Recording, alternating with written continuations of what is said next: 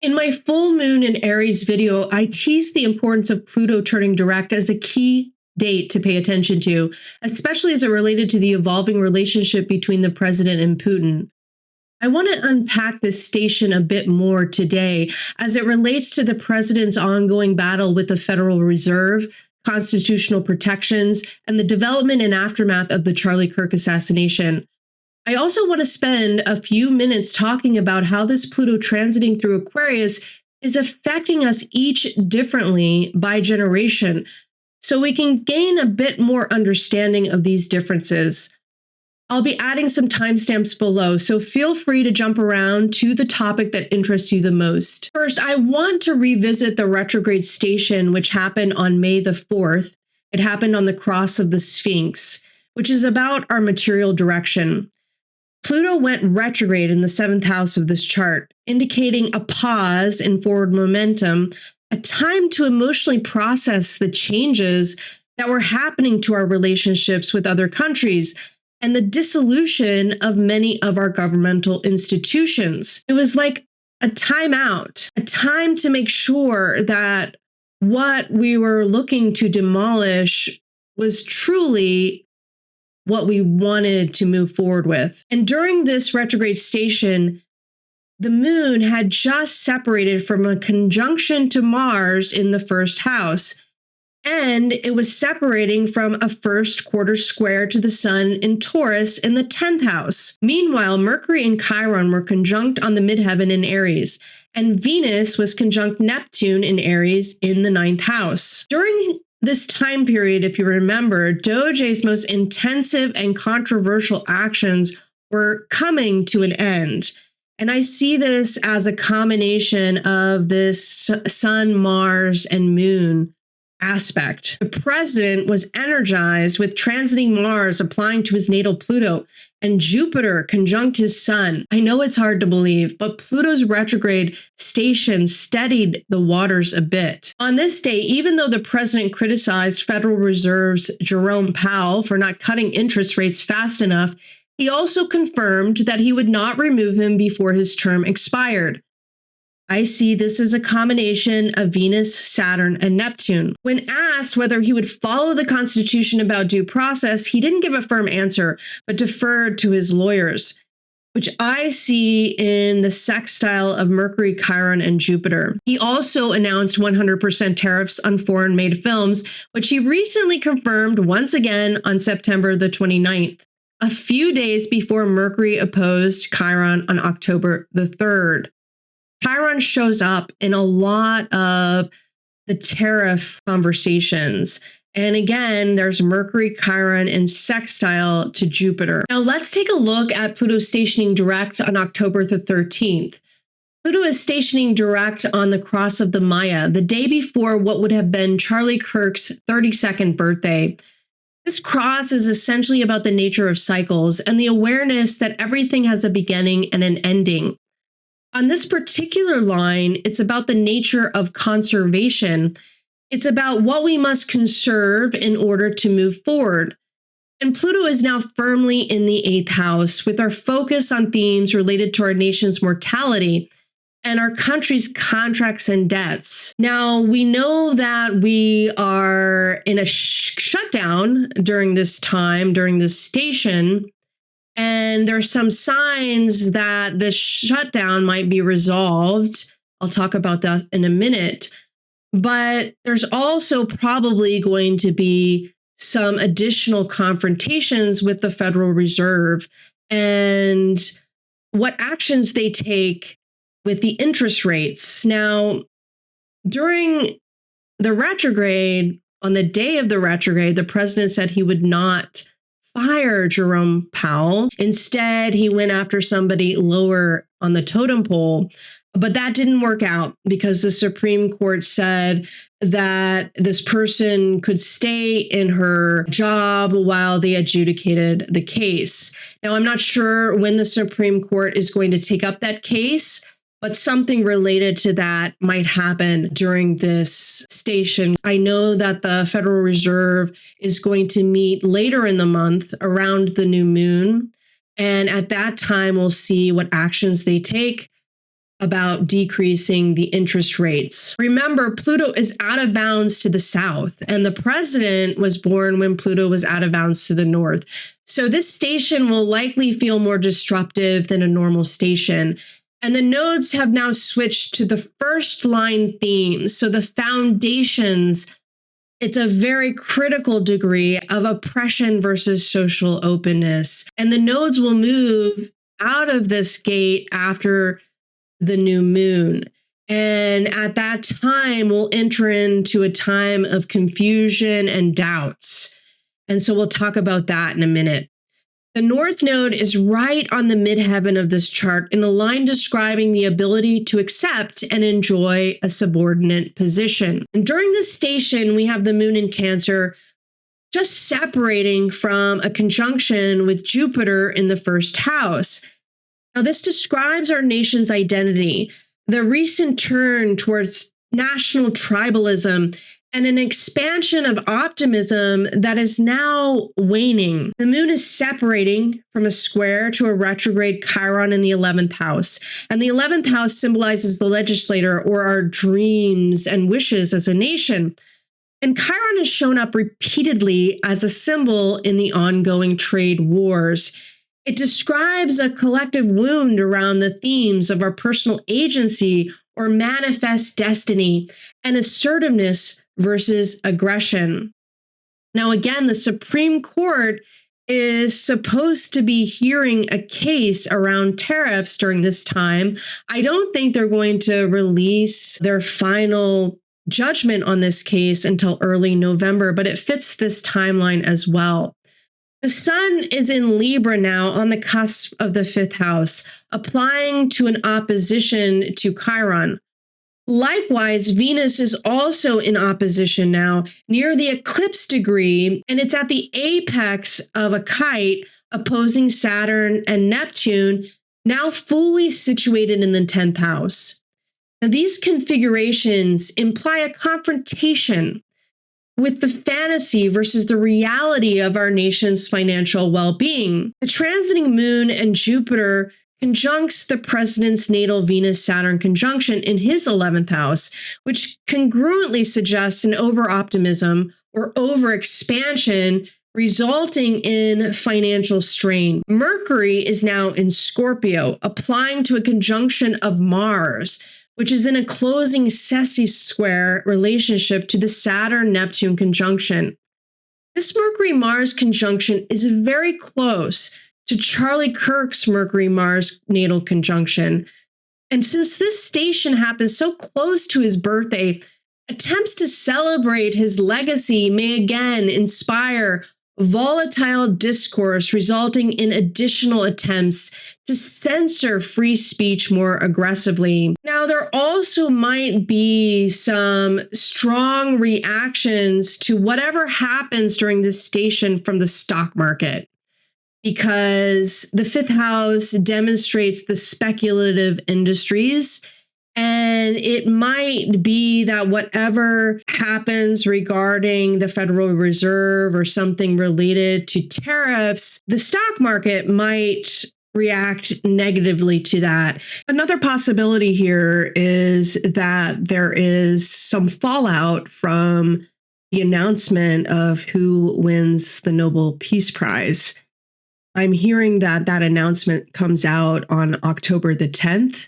And as most of you are aware, our president has been thinking that he deserves this Nobel Peace Prize. And just recently, he has been involved in the ceasefire negotiations that were finally agreed upon by both Hamas and Israel. Now, that is very shaky right now, and that could also be demonstrative of this time period. This Mercury-Mars configuration is intercepted in the 5th house, and it is in that sessi-square relationship with Saturn and Neptune, and Saturn does rule the 9th house in this chart from a traditional perspective. So that could definitely be part of this. There could be something that happens that perhaps almost destroys this negotiation on the way to resolving something more permanent.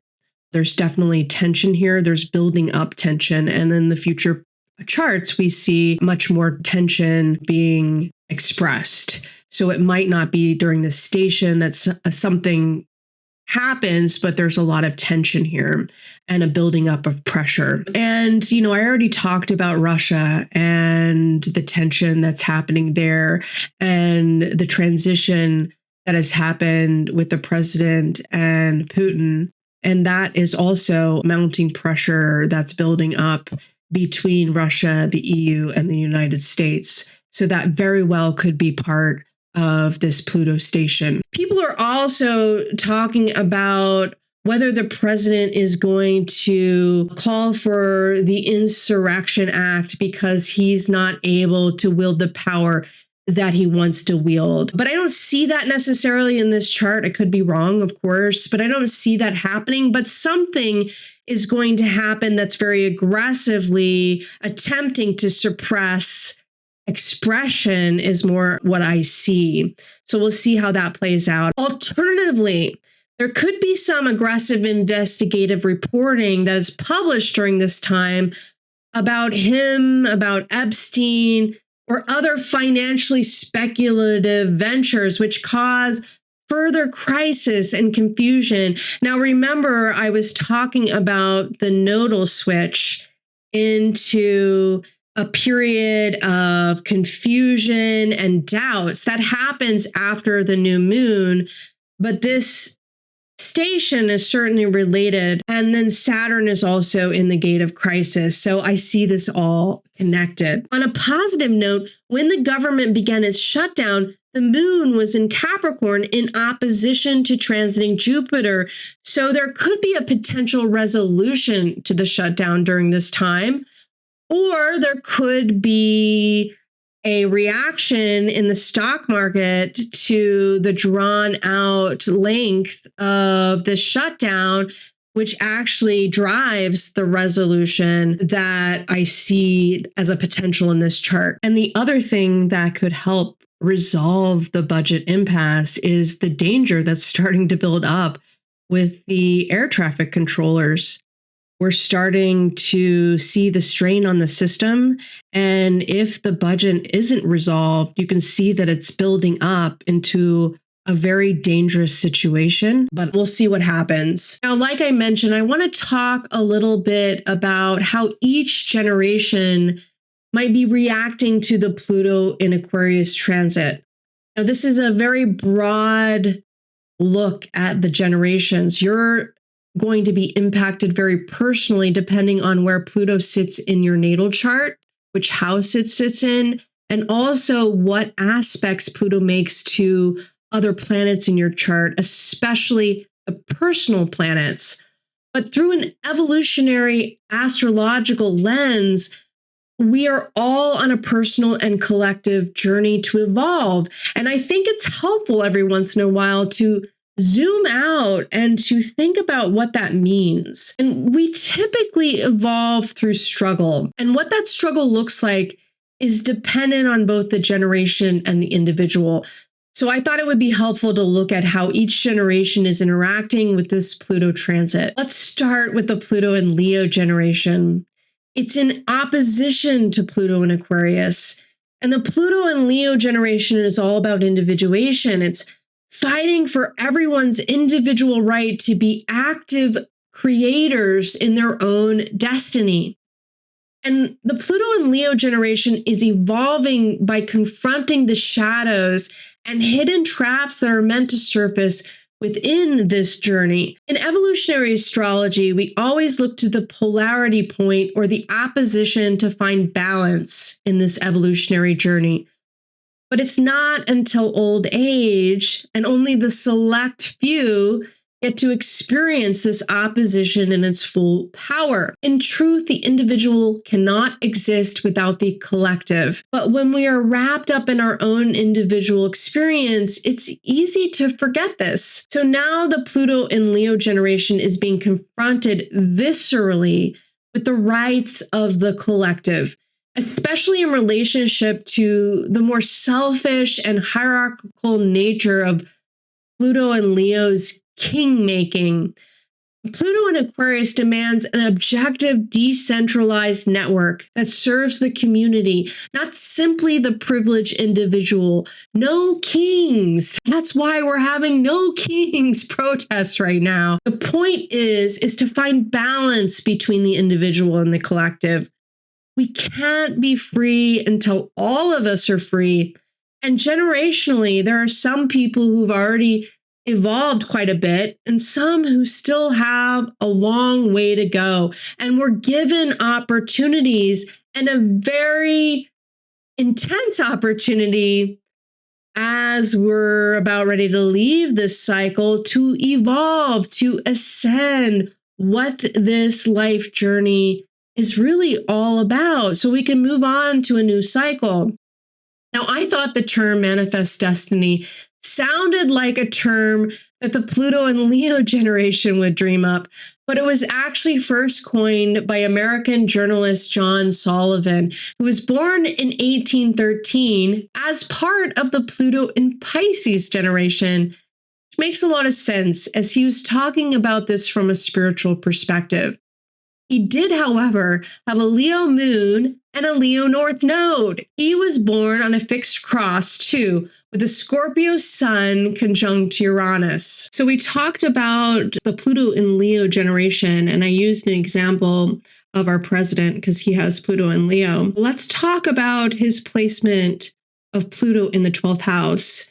Now, I'm going to be referring to one of my favorite books by Jeffrey Wolf Green.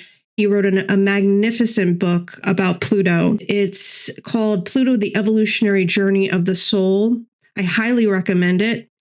It is really helpful in understanding the evolutionary journey as it relates to Pluto and the nodes. And he walks through the different complexes of Pluto through the houses and signs. Pluto in the 12th house, interestingly, is a mix of Pluto in Leo and Pluto in Pisces, because the 12th house is a natural Pisces house. So it's very related to that idea of manifest destiny. And Jeffrey Wolf Green says individuals who have Pluto in the 12th house or Pisces have had the prior evolutionary intent or desire to align themselves with some type of transcendental belief system in order to realize the unity of all creation, and to see or experience their own individuality as an extension of the source of creation.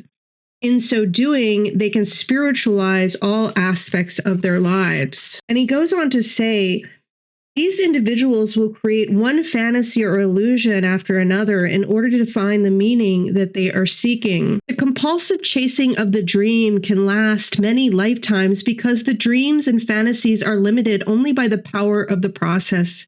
However, these people will exhaust their separating and avoidance-oriented desires, and an ultimate weariness will descend upon them.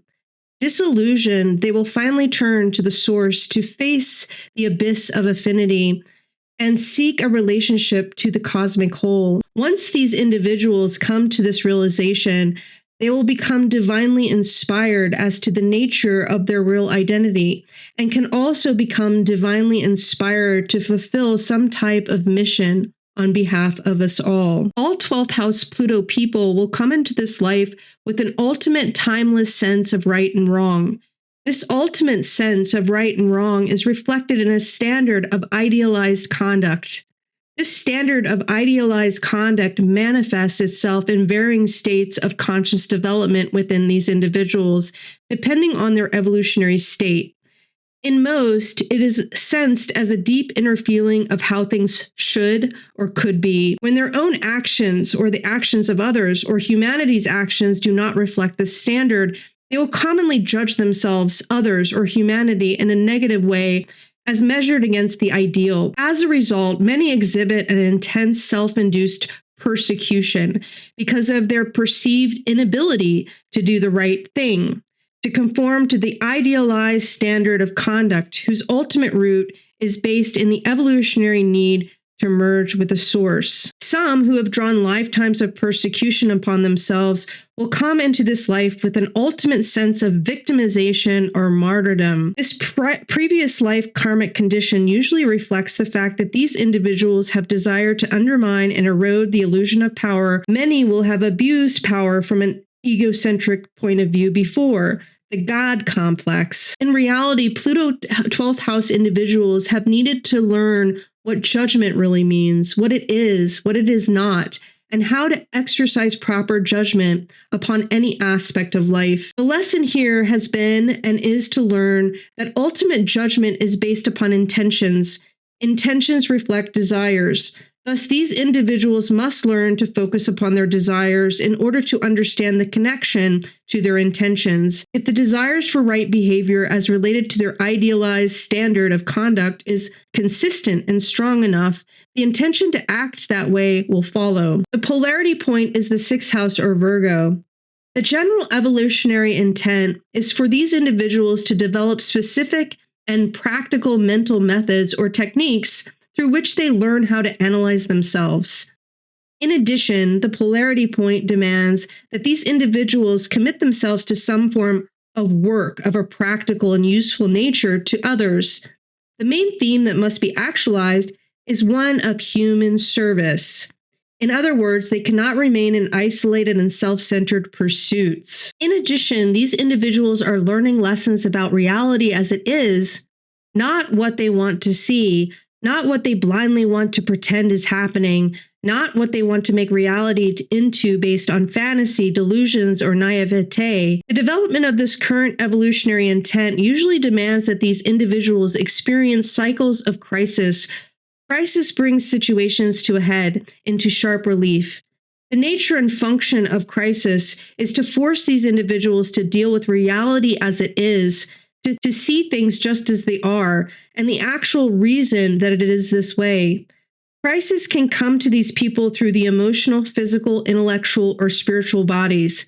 Many will come into this life with subconscious desires or intentions to create crises for themselves. Sometimes this need for crises can be quite compulsive and unconscious. Individuals who have abused power in the past, who have been overly intoxicated with their own egos, or who denied the prior evolutionary intent, will experience extreme limitations in relationship to finding meaningful work that reflects their capacities. As these evolutionary lessons are put in motion, all 12th house Pluto individuals will metamorphose into the essence of humility.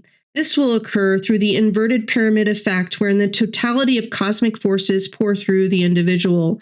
They will reflect an inner illumination that can light the way for others. Their actions will be in precise harmony with whatever is required of them at any moment in time. So, pretty crazy how accurate this is, right? He's got a mixture of Pluto and Leo and Pluto in the 12th house. So you sort of have to combine these themes. But you can see both of these themes playing out in his life. And you can also see that he's still not really picking up these lessons. It doesn't seem like he has really gained any humility through all of the crises that he's had in his life. And he's had several. And he'll probably put us through a big crisis as a collective. And also recognizing that he's still in this process. And it seems like this might be the first life where he's experiencing this type of abuse of power, which may affect him in another life, because he doesn't really have any limitations that I can see in this life. So it's not like he came into this life having abused power in a past life. Some people say that he was probably a spiritual master in a past life because he's got such a great chart. You know, he's very lucky. And so in this life, it seems like he's trying to get back there, but he's going through a very different experience where he is abusing power. And you never know what could happen as Pluto gets closer to that opposition. He might really start to see that He's here for a higher purpose instead of these continual crises that he brings into situations that he's going to bring at an epic level, it seems, to the United States and perchance the world, that maybe he will start to develop in the ways that will move him forward. And, as Pluto goes deeper into the 6th house, he is going to have to focus on being of service, especially if a crisis is starting to play out. If he really takes ownership of the crises and tries to focus on being of service and humbling himself, it did seem like he started to see the reality of his relationship with Putin finally. And there did seem to be some humility there. So maybe there's a chance for him to see the error of his ways in a bigger light, to see the reality as it is, like this chapter has talked about, and where he can really truly be of service. I do believe that even though it's really hard for me to sit in this time, that there is a reason where we're going through this. And I think in the end, it's going to be really healthy and good for all of us. I just wish it didn't have to be so painful. And I wish that a lot of people, innocent people, didn't have to suffer so much. But, we all have our own evolutionary journey, and it's a mystery. I love astrology because it can help me zoom out and really understand people and life better, and these cycles, and especially these evolutionary cycles, but it's still a mystery. So let's look at Pluto in Virgo now. The Pluto in Virgo generation is adjacent, so their evolutionary cycle is in direct response to the Pluto in Leo generation. In general, this generation responded to some of the more selfish and aimless antics that they witnessed playing out in the Pluto in Leo generation. The Pluto in Virgo generation was born into the intense crisis period of the 60s, which influenced their strong work ethic, orientation towards service and sacrifice. This was their way to create order and to keep the chaos of their childhood in check. While the Pluto in Virgo generation should have felt more at ease with their journey in the Pluto in Capricorn period, it was in a trine relationship, they are now having to adjust because Pluto in Virgo creates an inconjunct, or quincunx they call it, with Pluto in Aquarius. So there's an adjustment that needs to be made. Like the Pluto in Leo generation, they are driven to be personally involved, and Virgo's shadow is about control. And Aquarius is more aloof and detached, at the periphery, watching and exchanging with their networks from a distance. The Pluto in Virgo generation may find that the shadows of control take on a new dimension during this time period. The polarity point of Pluto in Virgo is Pisces. So it's about what I can control versus what I need to surrender. Adjusting to the Pluto in Aquarius time period will prepare this generation for their own intense confrontation with Pluto in Pisces. So now that we've talked about Pluto in Virgo in general, I want to look at Kamala Harris's chart, to look at her house placement and unpack that a little bit and how it relates to this transit of Pluto in Aquarius. Again, I'm going to be reading from Jeffrey Wolf Green's book. Pluto in the 4th house, or Cancer, demonstrates that an evolutionary cycle is closing and that a new cycle is underway.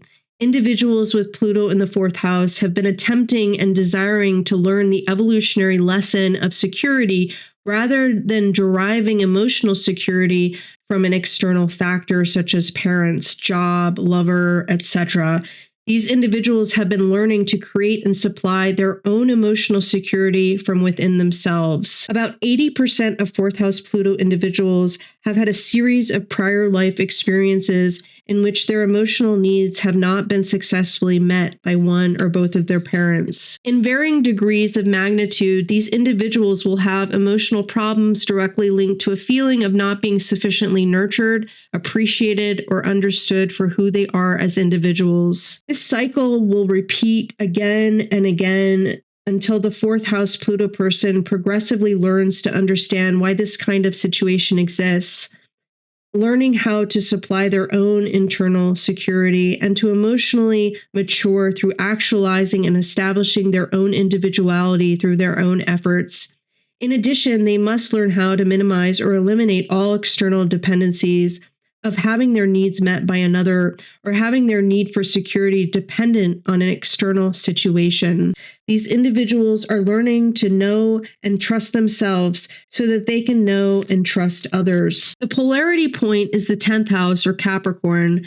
The evolutionary intent is one of self-determination, learning how to accept responsibility for one's own actions, leading to emotional maturity, learning how to walk on one's own 2 feet, and learning how to integrate or establish one's own personal authority or individuality in the context of society or culture. These lessons can and must occur through the individual's work or career.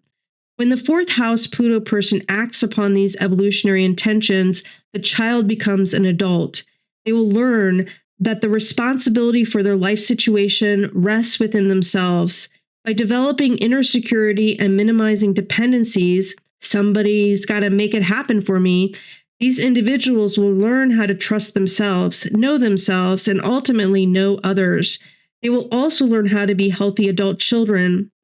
We all have a child within us who are able to be vulnerable and sensitive in a positive way. The degree of emotional empathy that fourth house Pluto individuals can feel for others will allow them to help others understand their own natures. They can encourage self-determination for others and can help others accept the responsibility for their own actions. In addition, they can help others understand the nature of their own emotional blocks and help or encourage them to maintain their own dependencies.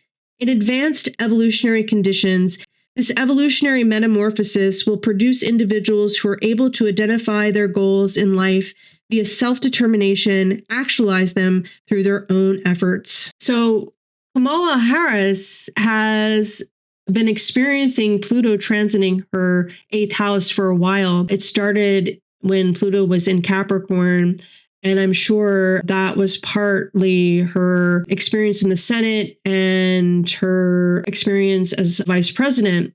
And when it entered Aquarius, it was still in the 8th house, but it's going to eventually go into the 9th house. But when Pluto is in the 8th house, you often go through these intense transformative experiences like she just went through. And if you listen to what I just said about having Pluto in the 4th house, you can recognize some of these themes where she got thrown into a situation. She was chosen as vice president, and it was seen as a DEI choice, from a lot of other people. And obviously, there were many factors that were involved in Biden's choice of her as a vice president. She was extremely qualified. As you can see, many vice president candidates have been in varying degrees of capacity, but she was a very well-respected Senate member and prosecuting attorney for many years. But she was chosen to be Biden's running mate for a variety of factors, which you could argue was based on her race, and based on her being a woman or whatever, because these factors are always called out and put under a microscope if you're different than a white male who is kind of the common type of person that we've chosen for leadership positions for whatever reason in the United States. So she was chosen to be in this capacity. She was not positioned in a way that made her shine as a vice president. She wasn't very visible. And then all of a sudden, she was pushed into the limelight to be a presidential candidate without other people voting for her to be in that position. So it was like, oh, I got to have somebody else be here to make this happen for me. And obviously we see how that turned out. And obviously she was coached in many ways to perform in ways that probably did not fit her authentic way of being, and the ways that she was coached was really detrimental to her. She didn't trust herself enough to say, no, I don't need this advice. I want to be who I am. And she was in a situation that was very intense and crazy, and she didn't have time to really warm up to be in this position, to be successful. And so there again, she was thrown back onto herself to really learn from this experience. She wrote a book about it. She's been able to process it, and she has kind of went back into her cocoon because now she's come out very publicly to say, well, you know, politics is pretty crazy, and I don't want to be in this system that is so crazy. It doesn't make sense. And these people are crazy. She's grappling and adjusting with this Pluto going through her 8th house of this intense, crazy experience. And so this is another experience where she can take away eventually, hopefully evolve into really trusting herself more and coming back to that self-determination that she's exhibited throughout her whole life. She's been very self-determined and has accomplished a lot in her life based on where she came from. So she's definitely on the road, I think, to ascending or learning these evolutionary lessons that she needs to learn, but she's still in that cycle. And generally we're in that cycle until we're dead, you know, but some of us get to a higher point in that cycle. So while the Pluto and Leo generation was busy manifesting their own creative destiny, and the Pluto and Virgo generation was busy working or being of service, the Pluto and Libra generation was often left to their own devices, wondering why things weren't more equitable and why the relationships around them were so messed up. I'm part of this generation, so I feel this very personally. The Pluto and Libra generation should feel more at ease in their evolutionary journey during the Pluto and Aquarius period, but I haven't personally seen my peers at ease during this time, but I think it really depends on which side of the aisle that you sit. People like Russ Fowd and JD Vance are certainly feeling more at ease during this time period.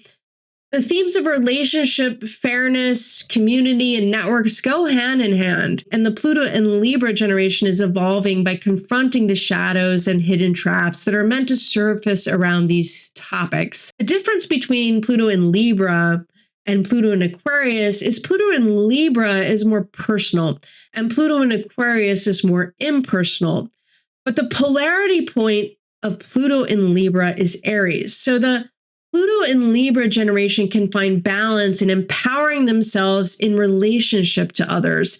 And some people in my generation, including me as an Aquarius sun, have taken very well to the detached but communal nature of social media, especially when it was less toxic. From my personal point of view, a decentralization of networks is appealing to the Pluto and Libra generation because of its fairness promise. You know, there's this idea that with decentralization, there's no hierarchical nature of the ways that centralization can bring, and there's more equity. So now that we've talked about Pluto in Libra in general, let's look at JD Vance's placement of Pluto in Libra in the 3rd house. Now he has Pluto at the 29th degree of Libra. So this is a critical degree for him. It is imperative in this life that he evolves out of the Libra energy. It is a critical point for him. But I want to talk about this placement as it relates to Pluto in the 3rd house or Gemini. Individuals with Pluto in the 3rd house or Gemini have experienced the evolutionary necessity to project themselves into the physical environment in order to collect information, facts, and data. Thus, this process has led to the evolutionary development and emphasis upon the mind and the intellect. Thus, individuals with the third house Pluto have desired to experience many kinds of circumstances and situations of their own making. Their natural intellectual curiosity has allowed them to build upon, from their own evolutionary point of view, the idea of who they thought they were and think they are now. There has been a desire and need to understand their world in a larger and larger framework. Being simultaneously attracted and repelled by the desire for new experiences or information, these individuals have necessarily made choices as to what information would be taken in and what would be repelled. Given the attraction-repulsion dynamic, these individuals will experience cyclic intellectual implosions or cataclysms in which the logical structure of intellectual organization disintegrates. Third house Pluto individuals have and will need relationships with others in order to process themselves, that is, to release the intellectual emotional buildup of mental energy. The individual's inner experience of their own center is one of revolving perspectives, of a revolving mass of emotions, and the feeling that the center or foundation is always moving. Feeling lost and insecure, they can desperately reach out for one concrete fact to identify with and call their own. And yet, from an evolutionary point of view, the inner center of these individuals must move. With Pluto's polarity point in the 9th house or Sagittarius, the evolutionary intent for this life is to develop the intuitive faculty as opposed to an intellect that is primarily concerned with empirical facts. By developing the intuition, these individuals will progressively understand the deeper meaning or significance of the facts, the metaphysical or cosmological laws that are the basis of the physical laws themselves. A primary way in which these individuals can harness and quiet their minds is to align themselves with one comprehensive philosophical or metaphysical system that makes the most sense to them on a gut level. By doing so, these individuals can intuitively align themselves with one holistic principle upon which all the pieces of information floating around in their heads can be given a bottom line. By aligning themselves with a comprehensive philosophy that is personally identified with on a gut level, these individuals can create a consistent interpretation of the facts and the world around them. Through the polarity point of the 9th house, the individual must intuitively learn to realize the truth that explains the basis of what can be empirically observed. In other words, the archetype of the 9th house correlates to the laws that are the very basis of creation, the very basis of why human beings have developed religions, beliefs, and philosophies. Just as belief systems can be limited or sectarian in nature, for example, one version being more right than the other version, third house Pluto individuals run the risk of limiting themselves to a version of metaphysical truth. The narrow viewpoint is linked to the need for emotional security of an intellectual nature and often implies a need to convince or convert others to one's own point of view. This implied limitation will thus guarantee, from an evolutionary point of view, that internal and external confrontation will continue to occur until the individual realizes that his or her version of the truth is just that. J.D. Vance has been experiencing this Pluto in Aquarius transit through his 6th house. He's been starting to project himself into this whole new world of experiences in the White House. He's been able to open up his mind to many different experiences through service, through serving as the vice president. And as you can already see, he's really attached himself to this belief system. He's really put the stake in the ground and said, this is my belief system, which is sort of narrowing him in a way, providing security for him as he collects all of these experiences in this service capacity. And I'm sure there will be an implosion at some point, but he's very early in his journey through the sixth house of being in service in this capacity. Not sure how long this will last and whether it will evolve into other types of service. But right now, this is the way that he is collecting more information and evolving through this specific broadening out to understand the larger framework and to figure out what it means to him intuitively. It was very interesting to see that he's attached himself to somebody that's very strong in the Gemini and Sagittarius energies, because that's the axis that he's developing. And he also has Sagittarius Gemini nodes as well. So it will be interesting to see how this journey continues for him through this specific experience. So like the Pluto in Virgo generation, the Pluto in Scorpio generation were born during a time of intense change in society. But instead of trying to keep the chaos at bay, they are meant to lean into it, this generation. They evolve through intense life-altering experiences, confronting the themes of power and death. They were born during the last Saturn-Neptune conjunction in Capricorn that also included Uranus, because this generation couldn't just have a staid, normal Saturn-Neptune conjunction. They needed some chaos added to the mix. This generation will be experiencing their Pluto square during Pluto in Aquarius. And this is where they will be challenged to step into their authentic power by confronting the power of the collective versus their own personal power. Pluto in Scorpio is on a fixed cross, so it squares all the fixed signs, including Leo. That's why there's always been some animosity between boomers and millennials. But while Leo's power is solar, it's creative, Scorpio's is martial. It's about the struggle. Some people, like Stephen Miller, will salivate at the prospect of plenary power, complete domination. But the polarity point of Scorpio is Taurus, so they need to find balance through grounding the transformative energy of Scorpio into something stable and tangible. Okay, now that we've talked about Pluto in Scorpio in general, I want to use this opportunity to talk about Stephen Miller's chart and his house placement of Pluto in Scorpio. And he's got a Pluto right on his midheaven.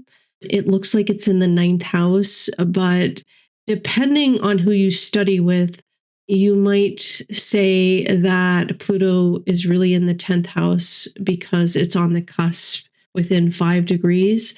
Some people read that as a blend of both houses. I'm just going to be reading from the perspective of the 10th house because that's what really resonates with me in his chart, especially in the position that he's at. But you could also make the case to read about Pluto in the 9th house. He definitely has some very strongly held beliefs. Individuals who have Pluto in the 10th house or Capricorn have been learning the evolutionary lesson of how to establish their individuality and authority within a culture or society.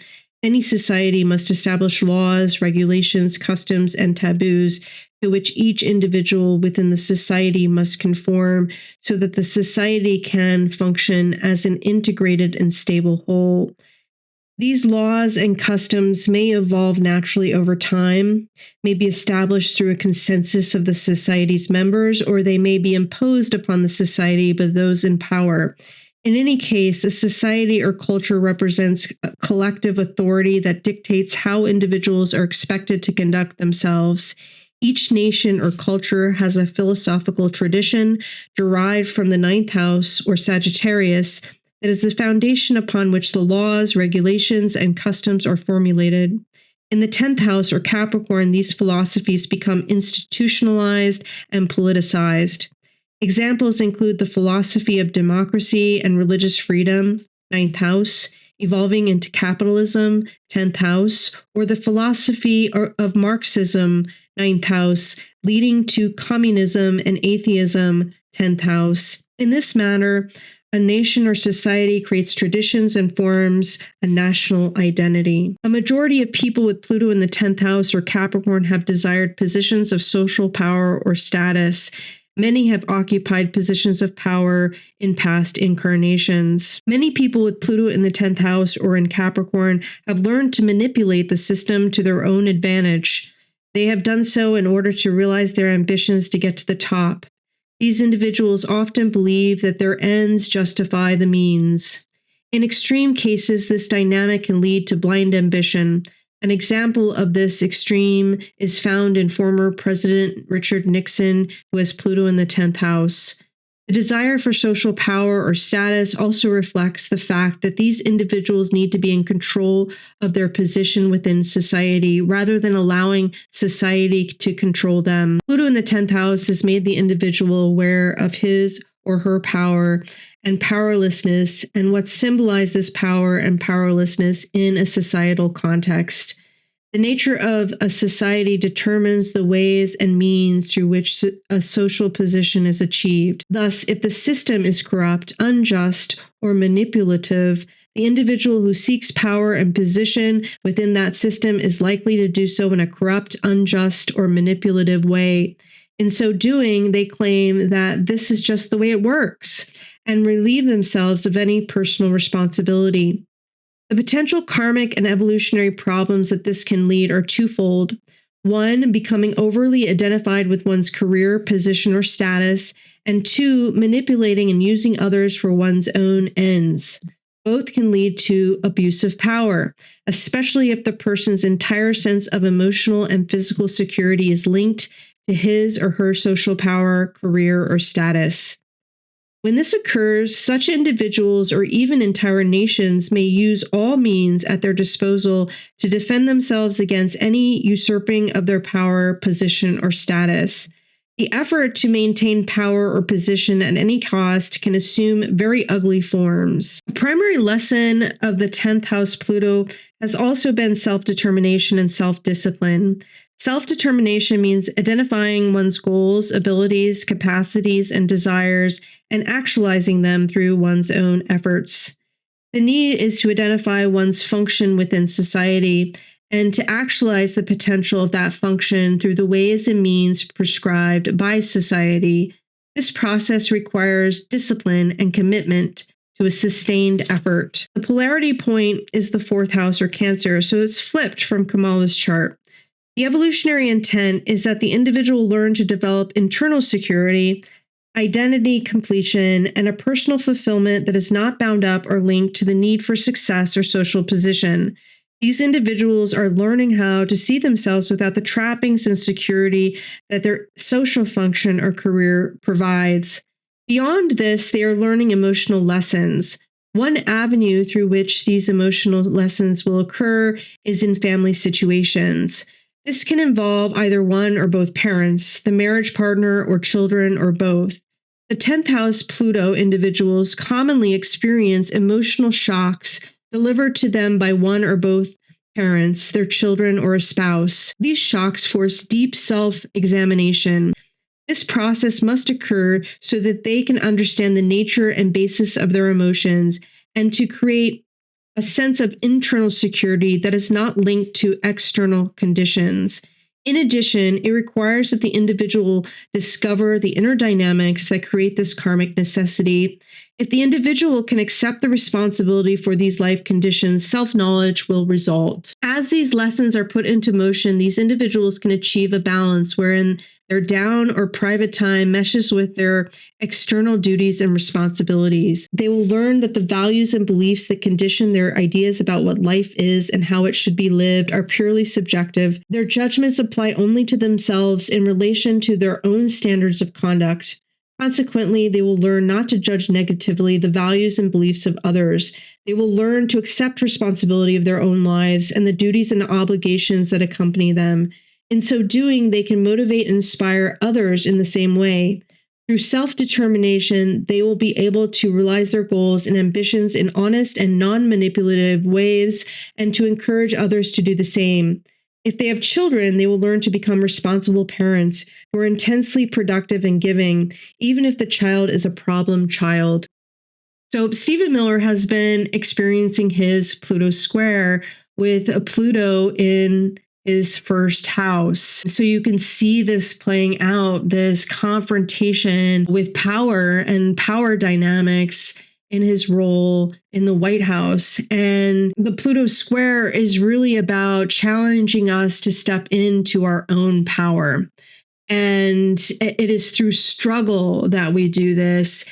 And sometimes it is overextending our power and reacting in very harmful and negative ways. But that's what the Pluto square does. It really prompts you to struggle through issues so that you can become more self-empowered and then go deeper into yourself to understand what is your true authentic self versus what is something that is driving you unconsciously. Okay, so the last generation I want to talk about is Pluto in Sagittarius. I'm not going to talk about Pluto in Capricorn because they're fairly young. My son is a Pluto in Capricorn. I have some thoughts about them, but I didn't want to talk about them in this video.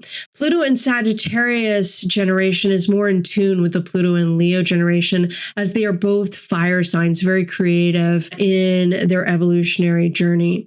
The Pluto in Sagittarius generation is more passionate than intense. They crave to expand in ways that are less dark, as the Scorpio generation tends to be. Sagittarius is ruled by Jupiter, of course, so there's an adventurous spirit in them.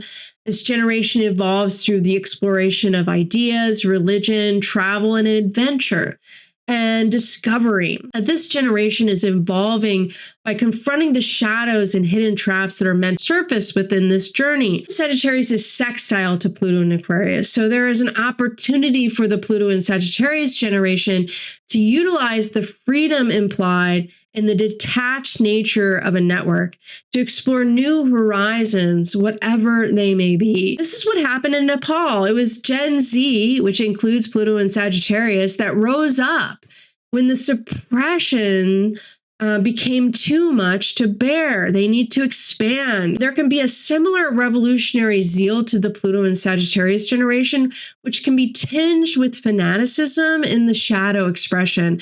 The polarity point of Pluto in Sagittarius is Gemini. So this generation finds balance in exploring the diversity of ideas rather than getting attached to a specific belief system or a specific opinion. And that's where they can find balance. That's where they kind of get out of the trap of fanaticism. So now that we've talked about Pluto in Sagittarius in general, I wanted to look at this placement through the lens of Karoline Levitt. I wanted to stick with the politics theme that I started. And she was the only person that was on my radar that had Pluto in Sagittarius. And I don't have her time of birth. So this placement of Pluto is highly speculative. I think she looks Jupiterian, but it's highly speculative. I'm just going to talk about Pluto in the first house as an example, and then describe the opportunities that Pluto in Aquarius offers in relationship to this placement. Since these people have begun a new evolutionary cycle in the very recent past, they will need and gravitate to independence and freedom in this life. These individuals will likely be self-centered and somewhat narcissistic in early life. Primary allegiance and identity is with themselves.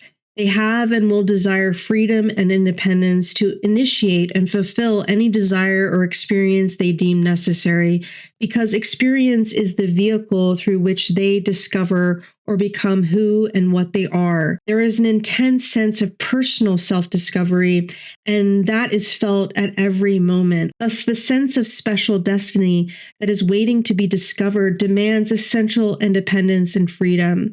These individuals must be free enough to pursue whatever experience comes their way in order to realize or discover something about themselves that they did not know before. It is the instinctual attraction to the immediacy of a potential experience that serves as the vehicle through which this sense of special destiny and self-discovery can be realized. This evolutionary pressure sets in motion a process of continual becoming that is highly magnified or intensified. The first house and Aries, by their very nature, demand unchecked expression, action, and application. Yet Pluto, by its very nature, seeks security through familiarity. Pluto needs perspective and wants to know why prior to the initiation of an action or desire. When these two processes are linked, a natural conflict occurs. On the one hand, these individuals naturally gravitate to independence and freedom. They claim the right to be free to do whatever they must do. On the other hand, they can resist the instinctual impulses to evolve beyond what they are at any moment in time. The result on a cyclical basis is an identity crisis experienced in varying degrees of magnitude. The polarity point of Pluto is the 7th house, or Libra. The evolutionary desire or intent of this sign or house is ignited as the cycles of identity crisis continue and deepen. It is ignited as the loss of perspective creates cycles of inner torment and anger. The evolutionary desire will progressively lead these individuals into relationships with others. The process of self-discovery and the actualization of a special destiny cannot occur by maintaining a primary allegiance to just themselves. Once these evolutionary lessons have been learned by these first house Pluto people, then their ability to balance their own legitimate needs with the needs of those around them is unsurpassed. Their evolved ability to listen to another will allow them to give to another exactly what they need. In so doing, they will attract to themselves others who will have the capacity to give to them that which they need. They have intrinsic courage and capacity to break new ground in whatever aspect of life that they apply themselves to, and can give courage to others to do the same thing. Furthermore, these individuals can become aware of the basis and nature of their desires and why and how these desires determine their reality. They can apply this knowledge to others as well and help others become aware of the basis and nature of their own desires. So, in this hypothetical chart, we have Pluto moving through the end of the 2nd house and going into the 3rd house. And the 3rd house really makes a lot of sense for Karoline Levitt because she's the press secretary and she's learning about herself through this experience. And she has this opportunity to gain more insight into who she is by participating in this capacity and by going through these experiences of self-expression. And how is it that these experiences are freeing herself to experience even more outside of her capacity as the press secretary? I thought she was a great example of the Pluto and Sagittarius generation because of this desire for experience as well as this lightness of approaching things. She's definitely has a sense of humor, and the ways that she's involved in this belief system of this administration. So there is an element of fanaticism. So that's it for now. I hope this was helpful. See you next week for the new moon in Libra video. Bye.